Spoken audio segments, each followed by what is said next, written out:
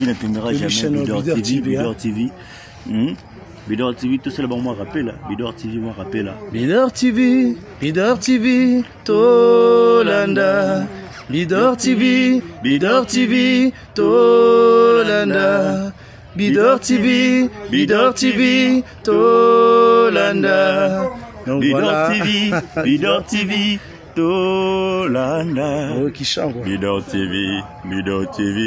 Tolanda. Soutenez chaîne Bidor TV. Singando avec tambola na mokili omona makambo ntaba o bozali komona wana bino bokanisa azali ntaba ya solo azali ntaba te kasi kombo ya ntaba wana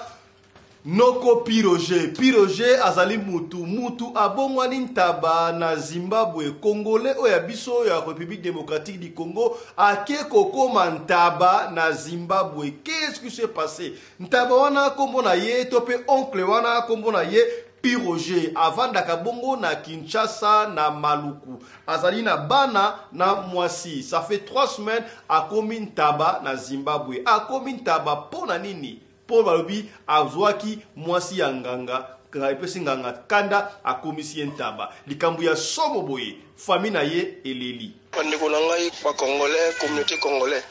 po bomona na video wana komi ntaba aza noko na nga propre noko na nga Piroge noko azaki na yana kini bien nyonso zaki nango kitoko okaki oluka vie ake koluka vie na Zimbabwe akomi na Zimbabwe olaba na Harare akenda kuvana na province mwe na kati na Zimbabwe wana nakatanga komi wana ayokudana mwana mwasi monga na province wana ndoka ne mwasi yango mobali ne asa kanganga mwasi pe biteke mbala za kanganga mbala bana na Harare atika mwasi na Zamba soki asali mwa demo kuna na Harare aloki mbongo azonga kala Zamba wana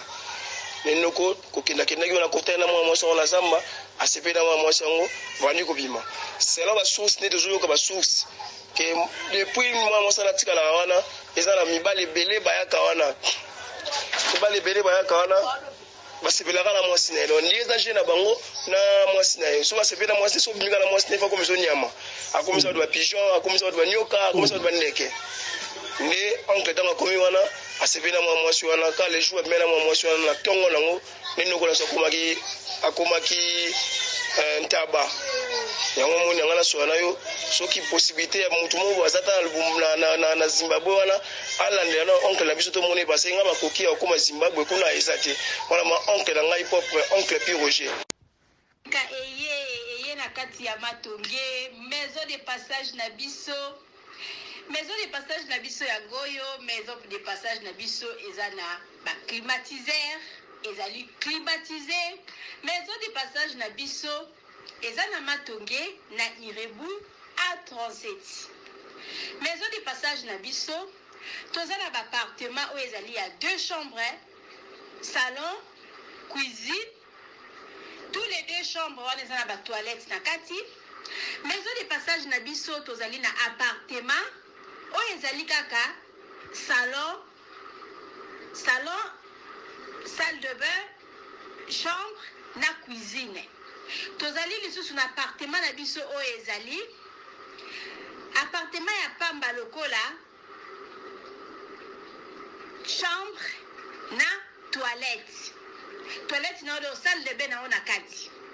chambre oyo ezali ya pamba oyo ezaka na salle de bain okoyamba bapaya na yo na kati chambre oyo ezali chambre salon cuisine salon ezali ya munene comme kokoyamba bapaya na yo na kati comme koki koyamba bapaya na yo libanda mai na biso ebimaka kitoko courant na biso toza na balune ebele toza na groupe na biso soki courant ekei totie essence na kati ya groupe ndako na biso ezali sécurité eza na sécurité ya makasi maison de passage na biso na matonge toza kobengisa bino mwana nyonso to ya poto benga numéro oyo ozomona appartement chambre salon cuisine moni kuna tozala na basali toza na banduni toza na nyonso tout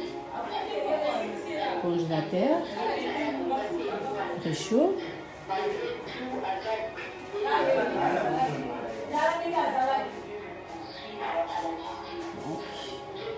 cuisine sur l'eau appartement chambre salon cuisine cuisine na biso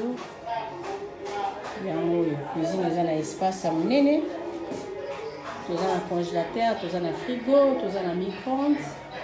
toza na cafetière toza na nyonso donc eloko nyonso ezalaka na kati ya cuisine eza awa.